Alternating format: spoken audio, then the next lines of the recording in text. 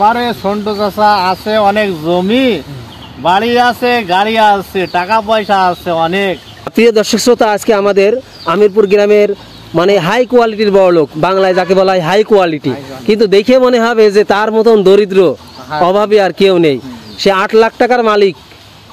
8টা গরু থাকে মানে বর্তমানে 8 লাখ টাকার মালিক। আচ্ছা ভাই, আপনি একটু কিছু বলেন, যেহেতু আপনার এলাকার লোক। আমারে সন্টু চাচা আছে অনেক জমি, বাড়ি আছে, গাড়ি আছে, টাকা পয়সা আছে অনেক। তারপরও চাচা ঘুরে বেড়ায় গরুর পেছন পিছন, গরু রেখে চাচা এখন অনেক সুখী আছে। চাচার আছে 2টো মেয়ে, একটা ছেলে বড় না ছোট, একটা ছেলে ছোট। চাষি সুন্দর করে কাজকর্ম করে, চাচা খুব ভালো আছে মাশাআল্লাহ। আচ্ছা, এই যে গরু রাখতে রাখতে গরুর সাথে মহব্বত হয়ে গেছে কেমন? বিশাল মহব্বত। মহব্বত মানে ভালোবাসা, খুব ভালো, তাই না? এই মানে ছোট থেকে গরু গরু কটা আছে?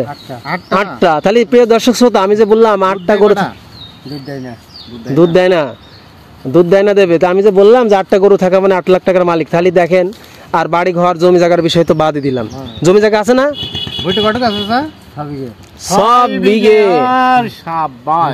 6 বিঘে ভুট্টা, 10 কাঠা। মাশাআল্লাহ। আর কি আছে? একটা গরু, দুটো মেয়ে আছে, আর একটা ছেলে আছে, একটা মা আছে, একটা বউ আছে। বাহ। আর দেখেন প্রিয় দর্শক শ্রোতা, এই যে এই লাঠি মানে লাঠির সঙ্গী, লাঠির সঙ্গী, হ্যাঁ এই লাঠির সঙ্গী, তাই তো? আর এই যে এই লাঠির সঙ্গী, এই লাঠিটার সঙ্গী দেখেন, এবং তার এই লাঠির সঙ্গী আবার কারা দেখেন, এই যে এই যে এই যে ওই যে একটা দূরে, আর ওইদিকে কোথায় কোথায় আছে। তাছাড়া গরু পালার বয়স কতদিন হচ্ছে, কত বছর? কাছে হন, কাছে হন, কাছে হন, কাছে হন, কাছে হন। কত বছর হবে? কত বছর আছে গরু মাঠে মাঠে ভাবে চলে বেড়াইছেন? 45 বছর। ওরে 45 বছর। 50 তার মানে চাচা মানে ঘুম থেকে ওইটাই গরু চালানো শুরু করে দিয়েছে। আরে হয় চালাতে তাহলে একটা বিশাল মহব্বত, একটা বিশাল ভালোবাসা, বিশাল ভালোবাসা। 45 বছর, হ্যাঁ 45 বছরের একটা ভালোবাসা, মানে একসাথে থাকা, ইয়ে করা, গরু মানে একটা বিশাল মহব্বত হয়ে গেছে।